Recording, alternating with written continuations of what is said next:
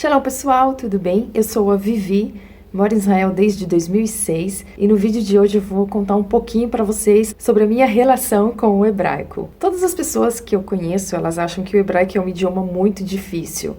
E vivi me perguntando como eu aprendi, quanto tempo levou, nossa, como você consegue falar hebraico, ler, escrever, enfim. Quando eu saí do Brasil em 2006, eu tinha estudado um pouquinho de hebraico em Marília, só que quando eu cheguei aqui eu vi que eu não sabia falar hebraico, eu não conseguia me comunicar em hebraico. Eu sabia muito poucas palavras e lembrava muito poucas frases.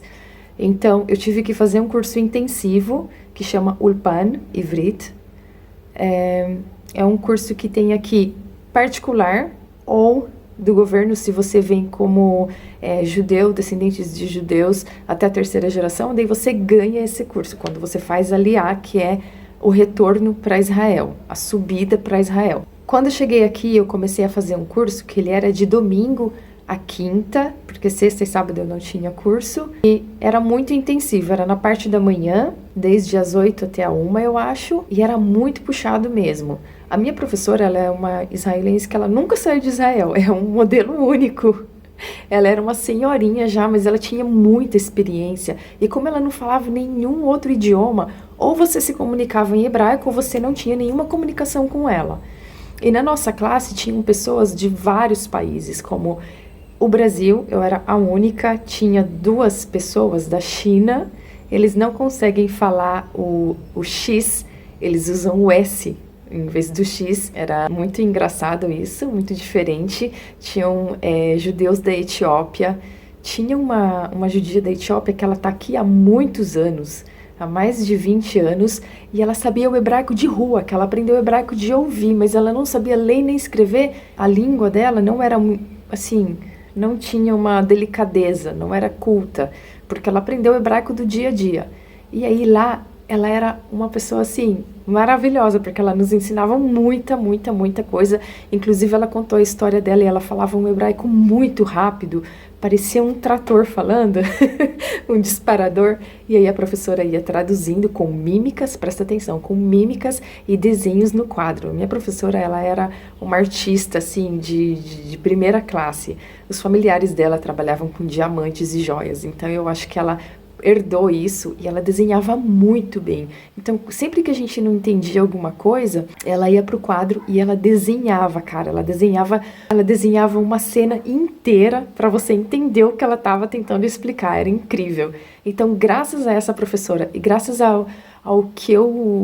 graças às horas extras que eu estudava quando eu chegava em casa, foi que eu consegui aprender hebraico. E depois que eu já tinha aprendido, já tinha sido alfabetizada, eu continuava semi-analfabeta porque eu não tinha coragem de abrir a boca e falar. Eu não me sentia segura para abrir a boca e falar. Eu tinha muitas dúvidas, eu não conseguia conversar, me comunicar. Eu era totalmente medrosa e eu não conseguia, eu tinha medo de quando o telefone tocava e eu tinha que atender o telefone, só para vocês terem uma noção. Eu tinha medo de atender a porta, sabendo que era alguém aqui de casa, mas eu ainda assim tinha medo de atender a porta e ter que conversar com essa pessoa. Como foi que eu fiz para quebrar essa barreira e conseguir finalmente falar o hebraico? Depois de 1 ano que eu já estava aqui em Israel, o meu namorado na época, que hoje é meu marido, meu esposo, ele falou assim que não dava mais para fazer mais um curso e ficar fazendo curso, que além de ser muito caro, levava muito tempo.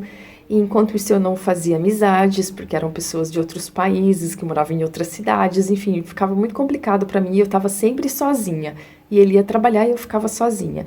Às vezes eu tinha a companhia da minha sogra, mas nem sempre eu também queria ficar ouvindo ela falar comigo só em hebraico, mas ela teve muita paciência e eu acho que ela foi a segunda peça-chave para mim aprender e perder o medo de falar hebraico, porque ela nunca desistiu de me fazer falar hebraico.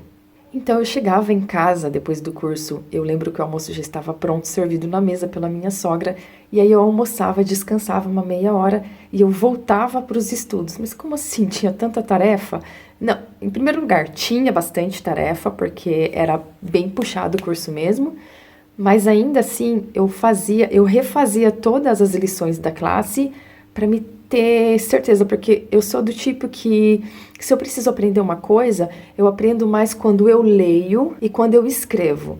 Porque quando a gente escreve lendo que você está escrevendo em voz alta, o seu cérebro, ele aprende várias vezes. Ele aprende uma vez quando você está olhando, né? Olhando sem falar em voz alta, tipo quando você está memorizando as imagens. Depois, quando você fala, você ouve o que você fala. E aí você está olhando e falando e ouvindo. Então você aprende mais, sei lá, várias vezes você está aprendendo e passando essas informações para o seu cérebro.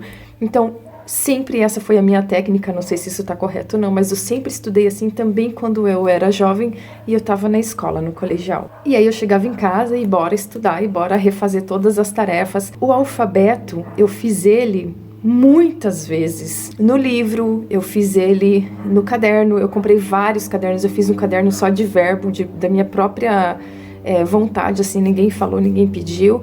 Eu fui lá, comprei um caderninho pequenininho, fui colocando todos os verbos que eu ia aprendendo. Eu já ia lá, colocava o presente, o futuro e o passado para saber e lembrar e praticar os verbos em hebraico, que eu acho que é muito difícil também, embora não tenha todos os tempos que nós temos em português, ainda assim eu acho bem difícil. Mas tudo isso não me ajudou a falar hebraico.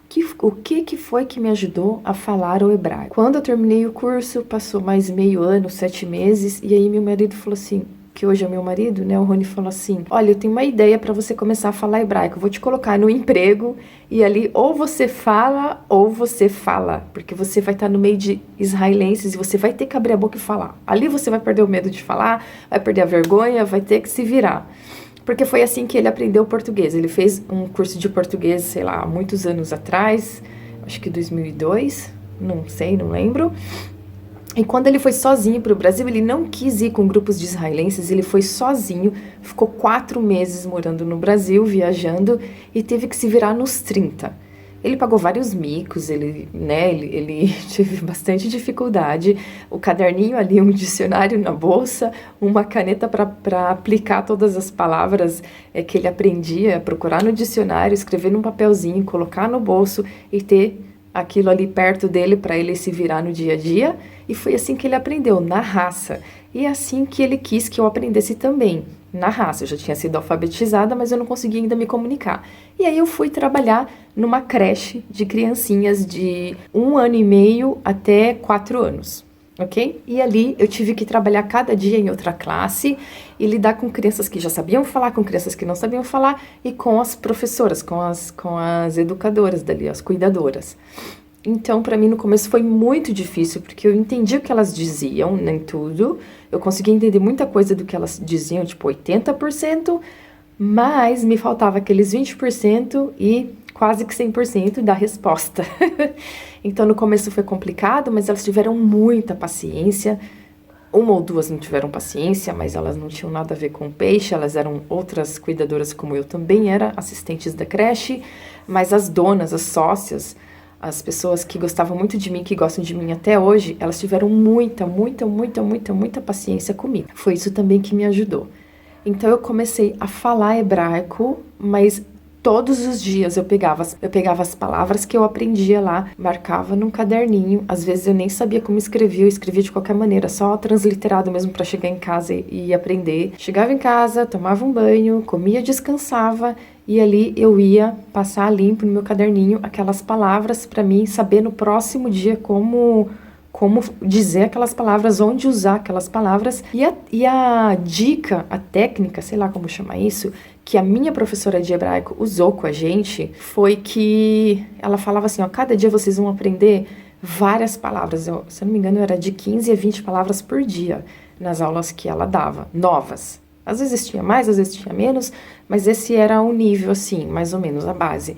E ela falava, vocês vão pegar 5 palavrinhas. Só 5 palavrinhas de tudo que a gente aprendeu aqui e vocês vão aplicar em casa, hoje. Tipo, nós aprendemos hoje 20 palavras, escolhe 5 dessas palavras e hoje em casa você vai ficar criando frases para conversar com o pessoal da sua família usando essas palavras. Por exemplo, você aprendeu tapuz, que é laranja, então aí você inventava, eu quero comer uma laranja, eu vou comprar laranjas, uma laranja estragou, a laranja tá madura, a laranja caiu, nananana, e aí você ficava criando frases com aquela palavra.